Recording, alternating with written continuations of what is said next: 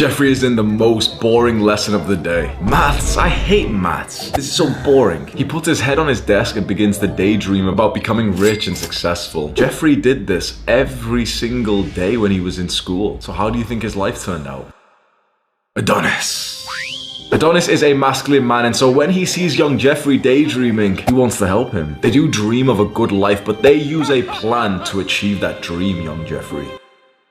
Today I'm going to show you how a masculine man thinks. Planning to record this video just made me freeze for a second, and I realized how important this work is. Because it seems like a vague topic of, how a masculine man thinks, but this isn't something that you've ever been taught before, is it? You've never once had a class on this. You had classes in school about the mitochondria as the powerhouse of the cell, or some stuff that will get us cancelled if we talk about how crazy it is, but you were never taught this stuff before. And if you were part of the unfortunate majority of young men who didn't have masculine role models, then you probably have no idea how a masculine man actually thinks. So I'm going to tell you from my understanding, as I've went through my own journey of being more masculine, what the transformation has been in the thoughts that I have in my mind. This isn't much of a clickbait video, and it's not going to be that entertaining or that valuable. This isn't like a top 7 ways to get girls, which is going to get loads of views. But if you are here and you sit and watch all of it, you're probably more of like the intellectual, more intelligent than like the people who need the Andrew Tate shorts. Like, Andrew Tate, the story is the feminist, yes!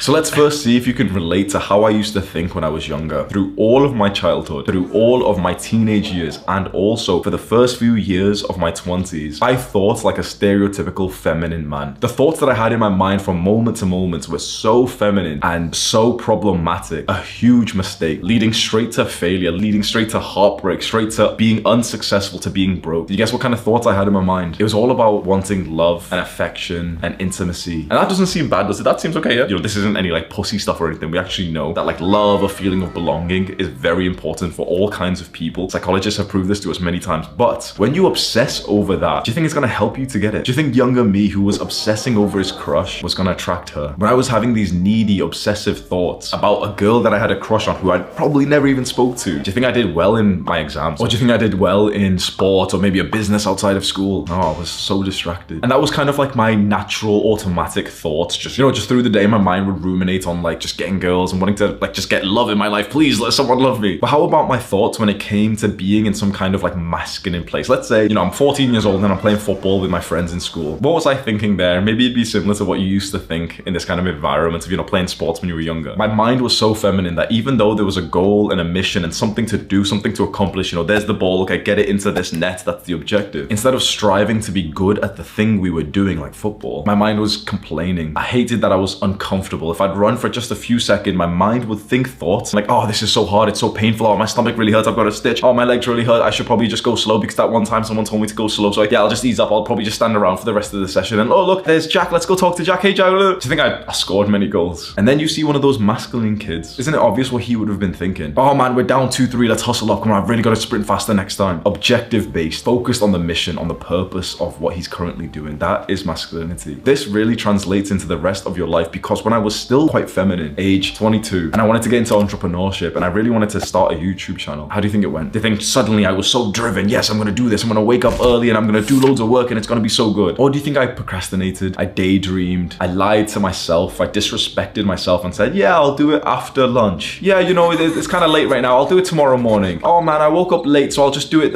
later on, yeah, after the gym. Excuses, excuses, excuses. One of the best parts of becoming more masculine is that your brain just makes and also accepts less excuses from yourself. And I'm not some like ultra masculine, uber chad, really like clued in guy. I'm new to being masculine myself, and 25 years old. I'd say I've been masculine for maybe 1 to 2 years, because it just never was in my mind. It's not one of those things that you got a class in school. It's not one of those things that the world tries to tell you to be. In fact, the world pushes you away from this. Because haven't you heard this from childhood that, being a man is toxic, that thinking like a man is toxic? Just today, I've had a realization that I have mentioned before on camera, and it's a very controversial take, but it is absolutely the truth. A huge part of masculinity and having these masculine thoughts in your mind is that about sex. And not so much about obsessing it and needing it, but to appreciate the beautiful women that you come across. You've heard for so long that you shouldn't sexualize women, that they're not objects, they're not sex objects for you to stare at and everything. It sounds really odd for me to tell you that that's not really good advice. That really the good advice that will give you so much more love and connection in your life, it's to actually feel completely fine, comfortable, confident in sexualizing women. It's a big important part of masculinity. Now that I've kind of said it like that, it kind of seems like common sense, doesn't and if you were a masculine man, you'd naturally just sexualize women. Now, they've told you not to do this, that it's evil, that you're a bad person for this. But mark my words, a woman might say that she doesn't want men to sexualize her, but that same woman will sleep with a guy who sexualizes her. You see, this is just one small issue where what you've been told isn't actually what will work to give you a good life. And there's definitely going to be people watching this thinking, yeah, he comes as a rapist, he just said they're going to take this the wrong way, but you can see what I'm saying here. I'm not saying to be weird or to obsess over getting laid or to like stare at a girl and make her uncomfortable, but if you do want to pursue something with a woman, she needs to kind of see it in your eyes that you want her physically, that you want her emotionally, spiritually, sexually, that she needs to see this. And so when she sees you with so much conditioning that you like, you're kind of scared to even look at her body, you're scared to compliment her, she puts you in one of two categories, Jeffrey or Adonis. And which one do you think she's going to put you? If you're like this very timid guy who's like, so modest, yeah, like I'm a male feminist, I don't care about sex. This doesn't mean that you have to be a degenerate. This doesn't mean that you have to be like sex obsessed or anything. But a healthy masculine man finds the sexual and romantic sides of his life incredibly important. And even if, for example, let's say you're waiting for marriage, you should still feel this core masculine energy inside of you that wants to get women. You don't need to indulge in it, but it's important to have these thoughts and this feeling and to just harness that energy into something productive. Because so many guys, so unfortunately, have believed the lies that we've been told for all of our lives, which I don't blame them for, because when everyone's telling you, yeah, act this way, don't be masculine, you're a rapist. Well, I can't blame some young Jeffrey who believes that, can I? I don't know if this is common sense to you, but this was almost like a realization for me of how beautiful work like this is, where you can go online and you can hear essentially the thoughts, right? The words of other guys. And if you want to be like those other guys, it may be absolutely life-changing for you to consume their content. Maybe you've already thought to yourself that what you've learned from me has been quite valuable. When you really think about what this is